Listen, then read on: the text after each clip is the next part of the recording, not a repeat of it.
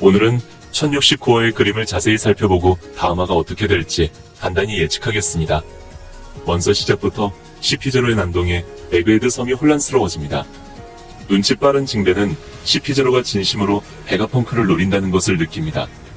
이어 루피가 루치가 왜 이곳에 있냐고 묻자 루치는 역으로 이곳이 정부의 섬이라고 합니다. 반면 카쿠는 루피 일당에 항상 열받게 하지만 루피가 사왕인 이상 이의 허가 없이는 싸울 수 없다고 합니다. 아마도 그 위는 오로 성이나 천룡인으로 보이네요. 그리고 스튜시는 사왕과의 작은 다툼이 전쟁을 부르기 때문에 즉시 해군에 보고하라고 합니다.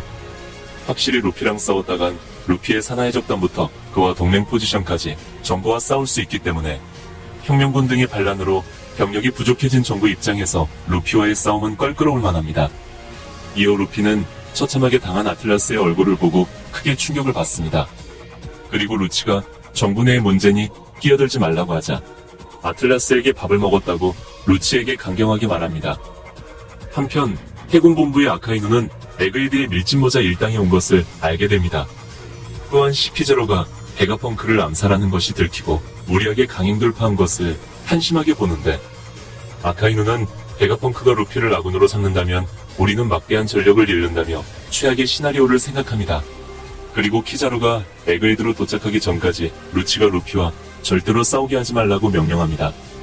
하지만 아카이누의 명령은 무용지물이었습니다. 루치와 루피는 바로 맞붙기 시작합니다. 사실 원래대로라면 루치가 안 싸워야 하는 게 정상이지만 동물계의 각성은 인격이 잡아먹히는 사례가 많아 루치가 이성을 잃고 표범의 야성을 따른 것 같습니다. 루치는 표범 특유의 호전성에 따라 루피에게 싸움을 걸었으며 루피만 강해진 게 아니라며 이 싸움에 자신이 있어 합니다. 참고로 루치의 각성폼은 평소보다 몸이 좀 더 슬림해지고 상반신에 검은 불꽃이 생겼습니다. 루치의 현재 모습은 일부에서 루치가 보여준 지뢰무신일 수도 있습니다. 아시다시피 지뢰무신은 거대한 상체를 줄여 스피드를 높이는 상태로 루치는 루피의 체술에 전혀 밀리지 않았습니다. 그리고 이번 화에서 중요한 장면이 나옵니다. 베가펑크는 샤카에게 달려가 하얀 전사가 나타났냐고 묻습니다. 베가펑크는 오래된 악마의 열매 도감에 고무고무 열매가 등록되어 있지 않다며 루피의 모습이 옛 문헌에만 기록된 신의 모습을 빼닮았다고 합니다. 그 신은 언제나 익살스러운 행동으로 사람을 웃게 만드는 해방의 전사, 태양의 신 니카로 역사에서 지워진 이름이기 때문에 사람들이 모를 만하다고 합니다. 사실 세계 정부는 공백의 100년, 고대병기, 포네그리프 등 숨기는 진실들이 많았습니다. 그리고 태양의 신 니카 또한 위의 정보들과 동급으로 굉장히 비밀스러운 정보며 이러한 비밀을 상세히 아는 베가펑크가 계속 살아있다면 정부 입장에서 신경 쓰일 만하겠네요. 이어 베가펑크는 니카의 정보가 지워졌지만 사람이 계속해서 바라는 한 그 존재는 사라지지 않다고 합니다. 실제로 후지오도 감옥에서 니카의 존재를 들었고 니카를 계속 생각하며 고통에서 해방받고 싶어 했죠. 이어 베가펑크는 만물이 누군가의 바람에 의해 태어난다면서 악마의 열매의 정체에 관한 새로운 가설을 이야기합니다. 악마의 열매란 이렇게 되고 싶다, 저렇게 되고 싶다처럼 인간이 소망에서 탄생한 열매며 각각의 능력들은 사람들이 바라는 모습이 직접적으로 구현화된 꿈의 존재라고 합니다. 그리고 악마의 열매 능력자들은 과거의 사람들이 꿈에 그리던 미래의 존재라고 해 신이 있는지 없는지 모르지만 자신의 가설이 재밌지 않냐고 묻습니다.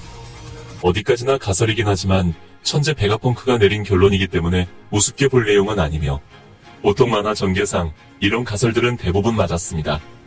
아마도 상세 내용은 루피가 원피스를 발견한 뒤 제대로 나올 것 같네요.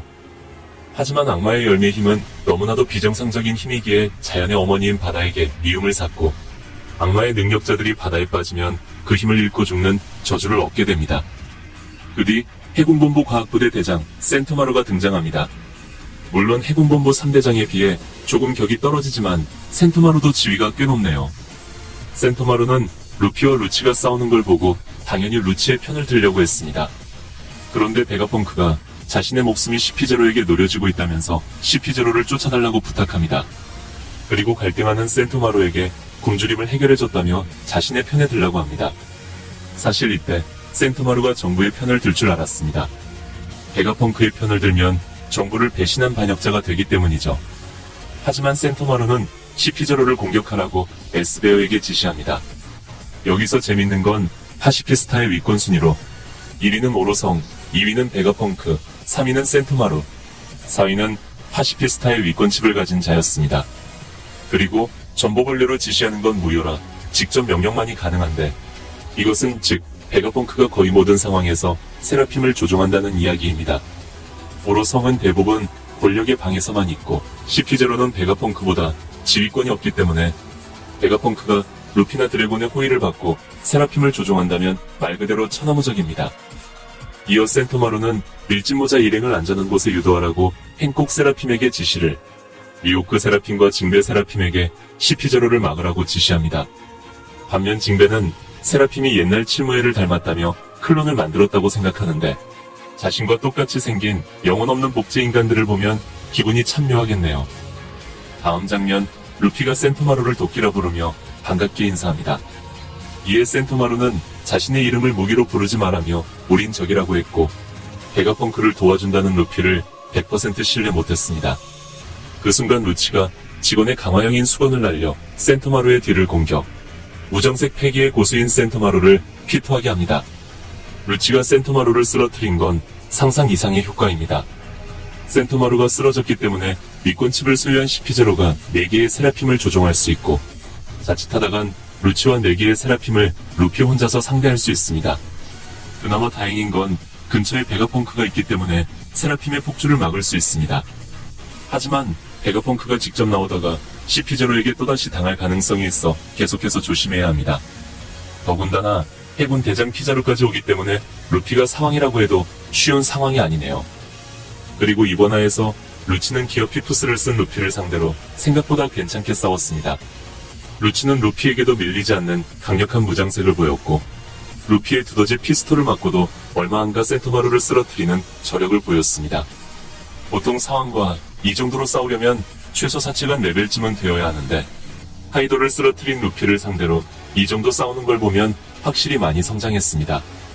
현재 루피가 기어 피프스를 쓰긴 했지만 유잉도 쓰지 않고 해왕색도 두르지 않았기 때문에 아틀라스에 이어 센토마루까지 당한 거에 루피가 제대로 분노해 100% 전력을 다한다면 루치도 얼마 못 버티고 당하고 루피는 4개의 세라핌과 바로 싸울 수 있습니다. 루피가 아무리 강하다고 해도 루치와 4개의 세라핌과 싸우면 엄청나게 지칠 것이고, 이 상태에서 키자루와 만나면 조금 위험할 수도 있겠네요. 한 가지 아쉬운 건 다음 주가 휴재로 루치와 루치의 전투를 바로 못 봐 아쉽지만 이번에야말로 루피의 압승을 기대해봅니다.